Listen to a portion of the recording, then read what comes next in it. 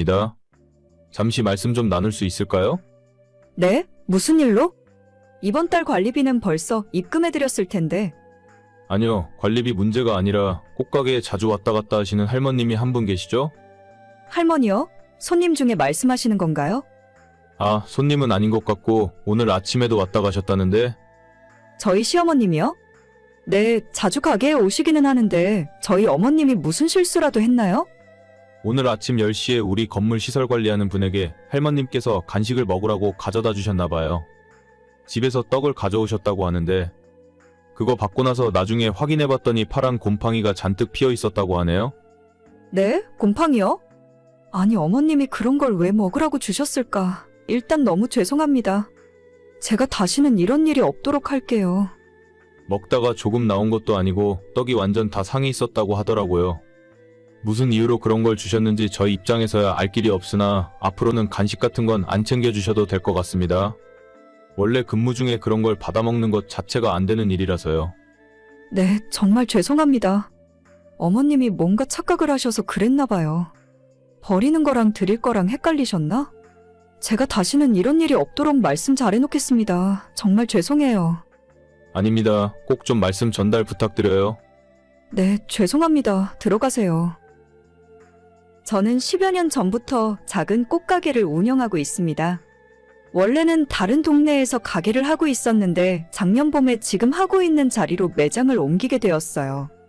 원래 하던 곳은 주택가 한가운데였는데 새로 옮긴 곳은 주변에 고등학교 2개, 중학교도 1개 있고 종합병원까지 멀지 않은 곳에 있어서 오며 가며 들르는 손님들이 많습니다. 예전부터 이곳에서 장사를 하고 싶었는데 자리가 안 나서 눈치만 보고 있었죠. 정말 놓칠 수 없는 기회라서 상가의 빈자리가 나자마자 바로 연락하고 계약을 진행했습니다. 하지만 이 좋은 곳에도 딱 한 가지의 단점이 있는데 그건 바로 저희 시댁 근처란 겁니다. 시댁이 걸어서 5분 거리밖에 안 걸릴 정도로 정말 가까운 곳에 있습니다. 뭐 별일이야 있겠어? 라고 생각했지만 시어머니가 아침 저녁으로 하루에 2번씩 가게에 방문하시더군요. 며느리가 집 근처에 가게를 오픈했으니 심심하니까 찾아와 볼 수 있다고 봐요. 제가 조금 불편해도 이해할 수 있는데 문제는 어머님이 자꾸 오셔서 제 장사를 방해하고 본인이 사장 행세를 하고 있다는 점입니다. 아까 그 여편네 환불해줬냐? 아, 네, 그냥 환불해줬어요. 자주 오시는 분이기도 하고 오늘 꽃이 좀 마음에 들지 않으셨나 봐요. 어이구, 그걸 왜 환불을 해줘? 너는 장사 그렇게 하면 안 된다. 그놈의 여편네들이 이래저래 핑계대면서 환불해달라고 하는 거야. 내가 그런 사람들 한두 번 보니? 뭐 마음에 안 드셨을 수도 있죠. 그런 분들 많아요. 일일이 스트레스 받으면 동네에서 장사 못하죠. 안 돼. 자꾸 그렇게 아줌마들 해달라는 거 다 들어주면 남는 것도 없다. 앞으로는 내 허락 없이는 절대 환불해주지 마라. 어떻게 그래요? 동네에서 하는 장사인데. 그 아줌마가 보기보다 마당발이라서 데려오는 손님들도 많아요. 안 된다면 안 되는 줄 알아. 너 그렇게 물러터지면 동네 진상들 다 몰려오게 되어 있어. 앞으로 그 여편네 오면 나한테 바로 전화해. 내가 집에 있다가 바로 달려갈 테니까 알겠니? 그렇게까지 안 하셔도 되는데. 제 가게는 제가 알아서 잘하고 있어요. 어머님이 너무 신경 많이 써주셔서 감사한데 그래도 장사 초보도 아니고 10년 넘게 했던 경험이 있으니까 제 가게는 제가 가장 잘할 수 있어요. 어휴, 너가 이 동네를 알아? 나는 여기서 30년 넘게 산 토박이야. 겨우 장사 10년 했으면 뭘 안다고 세상 다 아는 척을 하고 그래? 너가 자리 잡을 때까지 다 도와줄 테니까 잠자코 있어. 어머님도 하실 일이 많으시잖아요. 매일같이 가게에 출근 도장 안 찍으셔도 괜찮아요. 제가 애도 아니고. 걱정하지 마라.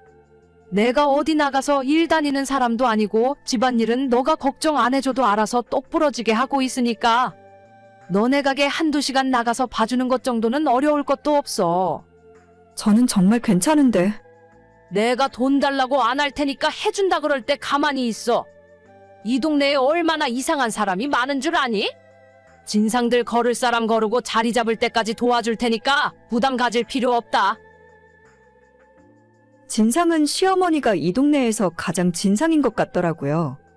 제가 장사만 10년 넘게 했고 웬만한 산전수전 다 겪어봤기 때문에 아무것도 모르는 어머님 도움은 솔직히 필요 없어요. 무슨 도움을 주신다고 하는지도 잘 모르겠고 그냥 가게에 출근하시면 손님들한테 잔소리하고 특히 건물관리인이나 택배 아저씨 같은 분들에게 굉장히 무례하게 대하십니다. 제가 사장이지만 절대 남한테 함부로 하지 않는데 왜 아무것도 아닌 시어머니께서 사람들을 하대하고 함부로 하시는지 모르겠어요. 얼마 전에도 택배 아저씨가 가게 문을 살짝 열고 택배를 놓고 가셨는데 어머님이 의자에 앉아 커피를 마시다가 그걸 보시고는 바로 달려나가서 택배 아저씨를 부르더라고요. 이봐요. 택배를 가져왔으면 공손하게 주인한테 가져다 줘야지. 문 앞에 두고 가는 게 맞는 거예요? 진짜 제가 너무 놀라서 손님 꽃다발 만들다 말고 뛰어나갔고 택배 아저씨한테 90도로 사과드리면서 겨우 상황 무마했어요. 진짜 요즘 시대가 어떤 시대인데 사람들한테 갑질입니까? 갑질을 하는 것 자체가 문제인데 택배 아저씨가 갑질할 대상도 아니잖아요? 어머님께서는 저런 건 초장의 버릇을 잘 들여놔야 한다며 끝까지 목소리를 높이셨어요. 이러다가 어머님 때문에 가게 말아먹을 것 같아서 남편을 통해 이야기를 해본 적도 여러 번이지만 도저히 말을 들어먹지 않으셨습니다. 제가 한번 화를 내야 하나 고민을 하고 있던 차에 얼마 전에 또 사건이 터지고 말았습니다.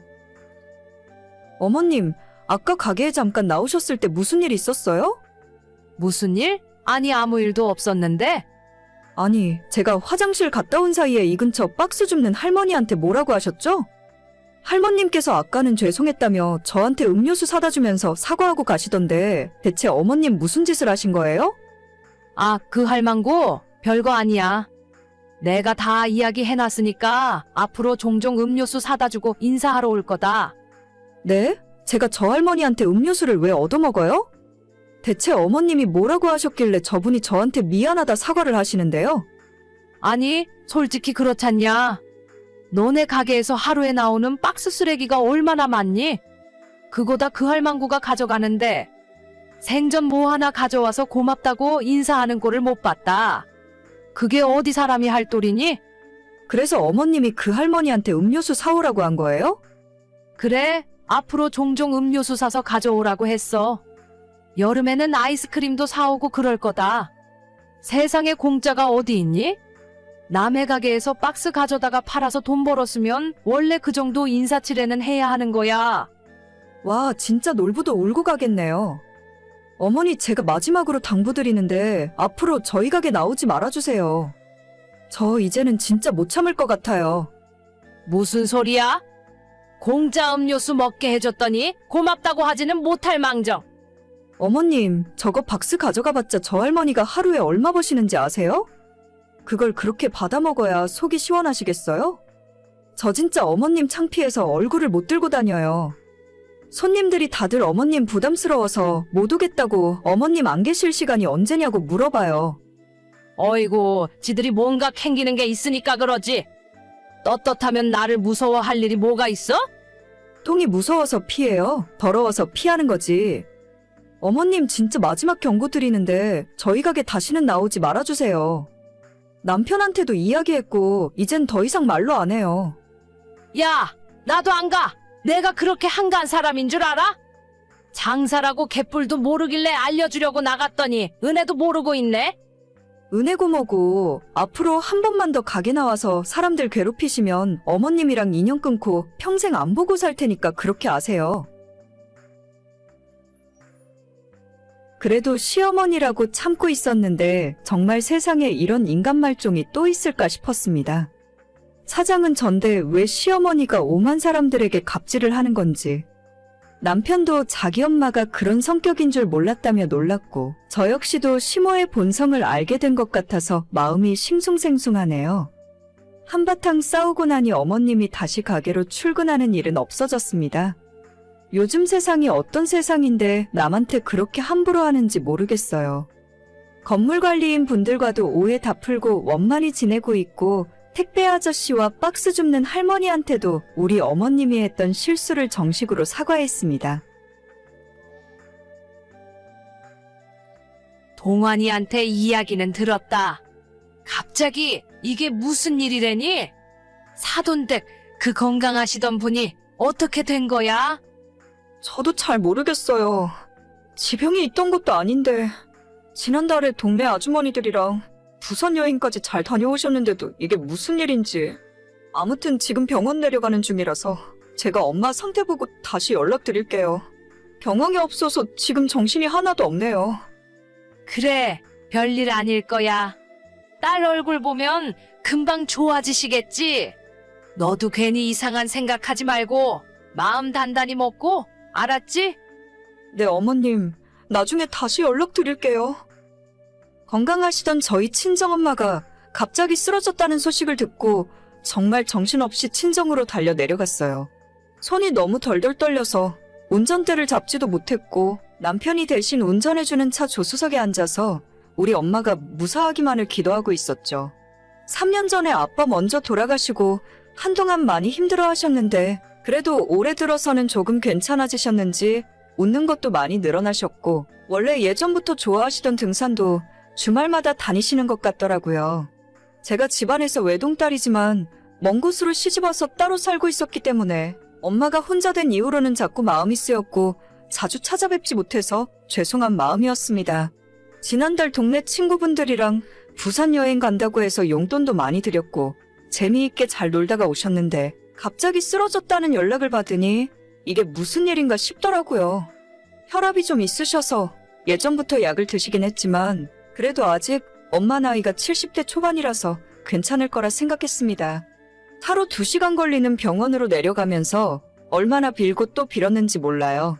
병원에 도착했을 때는 이미 중환자실에 계셨고 급하게 무슨 수술을 해야 한다더라고요. 정신없이 동의서에 사인하고 수술을 했지만 중환자실에서 이틀 후에 돌아가셨어요. 아이고, 그 건강하시던 분이 병원에서는 뭐라고 하니? 급성 심근경색이었대요. 원래 혈압이 있긴 했는데 저는 정말 수술하면 괜찮아지실 줄 알았어요. 그래, 일단 너는 네 정신이나 단단히 챙기고 있어라. 너희 친척들한테도 전화해서 말씀드리고 내가 이딴 네 시아버지 집에 오는 대로 준비해서 내려가마. 네, 어머님. 그나저나 밥은 먹었고? 앞으로 네가 제일 고생해야 하는데 밥 먹고 정신 똑바로 차리고 있어. 네, 알겠어요. 뭐 잘 모르는 거 있으면 동환이한테 물어보고. 걔가 예전에 작은 아버지네 장례 치를 때도 다 경험해봤기 때문에 일이 어떻게 돌아가는지 잘 알고 있을 거다. 너는 정신 없을 테니까 동환이한테 다 맡기고 좀 쉬고 있어. 네, 안 그래도 남편이 다 알아서 해주고 있어요. 그래, 그럼 이따 내려갈 테니까 그때까지 정신 좀 차리고 있어라. 아빠에 이어서 갑자기 엄마까지 돌아가시고 진짜 하늘이 무너지는 기분이 어떤 건지 잘 알게 되더라고요. 아빠 장례식 때는 울다가 지쳐서 실신할 정도였는데 막상 엄마가 돌아가시고 나니 눈물도 잘 안 나오고 정말 제정신을 차리고 있을 수 없었습니다. 너무나도 슬프긴 한데 한번 울기 시작하면 완전 무너져 버릴 것만 같아서 조문 오시는 손님들한테 말도 한마디 더 하고 친구들한테 밝은 모습도 보이면서 잘 버티고 있었죠.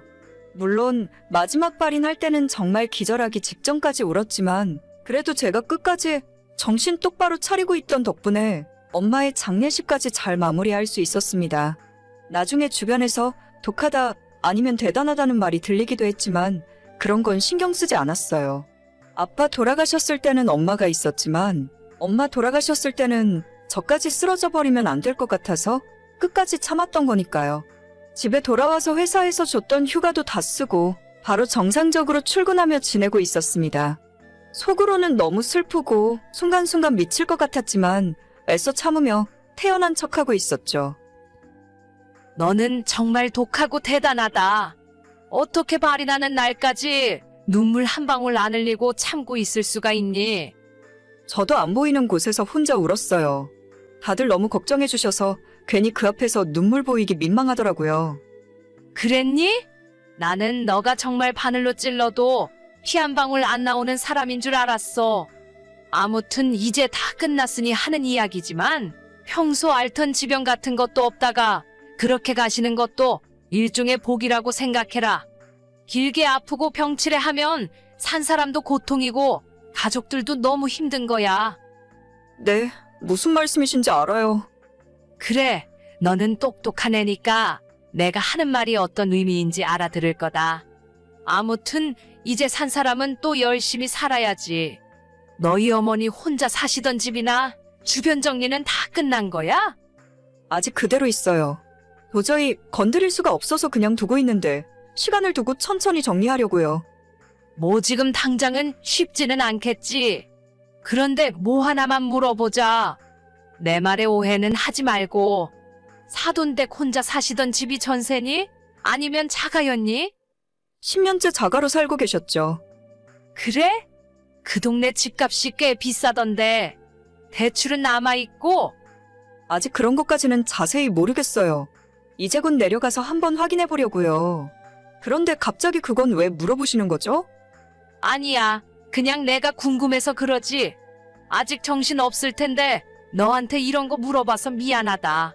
아무튼 호상이라고 생각해. 시모는 뜬금없이 연락해서 이상한 소리를 제게 하더라고요. 아직 엄마가 돌아가신 충격에서 벗어나지도 못했는데 호상이라느니 살던 집이 어쩌고 저쩌고 대체 저런 소리를 왜 하는 건가 싶었어요. 제가 올해로 결혼 6년 차인데 지금까지 시모와 그리 살갑게 지내진 않았습니다. 평소에 연락도 거의 하지 않았고 어머님도 저한테 할 말이 있으면 남편 통해서 하시던 분이었죠. 그런데 이번에 친정엄마 돌아가셨을 때 남편은 물론 시댁 사람들이 일찍 찾아와서 빈소를 지켜주니 정말 고맙더라고요. 평소엔 무뚝뚝하던 시아버님도 제게 많이 위로를 해주셨고 시어머님도 장례식장에 오는 손님들을 저와 함께 맞이해주고 뒷정리까지 맡아서 해주셨죠. 정말 너무 고마웠고 이게 가족들의 정인가 싶어서 살짝 감동했는데 나중에 이런 연락을 하시니까 조금 어이없고 황당했어요. 그래도 크게 신경 안 쓰고 있었는데 불과 며칠 전에 또다시 연락이 오면서 시모의 시커먼 속내가 모두 드러나고 말았습니다. 지난주에 친정 내려갔다 왔다고 하더니 이제 너희 어머니 유산 정리는 다 끝난 거야? 뭐 어느 정도는 다 끝난 것 같아요. 그래? 잘 됐다. 사돈댁이 혼자 사시던 집이 대출도 하나 없는 자가였다면서? 그 집이 38평이었니? 그 동네 요즘 시세가 7억도 넘더라. 저는 그런 건 잘 모르겠어요. 그 집 팔 거야? 아니면 전세라도 줄 거야? 어차피 너희가 그 동네 가서 살 거 아니잖아. 생각은 아직 안 해봤는데 일단 집에 짐들이 남아있어서 그거 정리되면 생각하려고요. 팔지 마. 내가 알아봤는데 더 오르면 올랐지 떨어질 동네가 아니더라.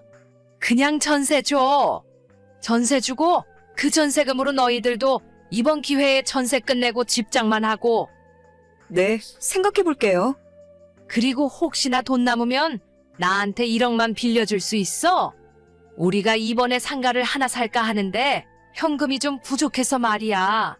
너한테 이자까지 톡톡히 쳐서 갚을게. 돈이요? 어머님, 듣자 하니 진짜 너무 하시는 것 같아요. 지금까지는 가만히 참고 있었는데 저희 엄마 집은 제가 알아서 할게요. 전세를 놓던 팔아먹던 들어가서 살던 제가 알아서 할 테니까 신경 쓰지 마세요. 호상이니머니 그런 소리 듣고 싶지도 않고 제가 어머님한테 돈 빌려드릴 일 없으니까 이런 문제로 연락하지 않았으면 좋겠어요. 아니, 내가 호상을 호상이라 하지 뭐라고 하니? 악담을 한 것도 아니고 좋게 이야기한 건데. 그리고 내가 너한테 공짜로 돈을 달라고 했냐? 빌려주면 갚는다는데 뭐가 문제야? 너는 형제도 없이 그 많은 유산 받아서 너 혼자 다 쓸 거야? 장례식 때 내가 니를 얼마나 도와줬는데. 결국엔 이 소리 하시려고 그러셨나요? 어쩐지 지금까지 저한테 관심도 없던 어머님이 너무 잘해주신다 싶었어요.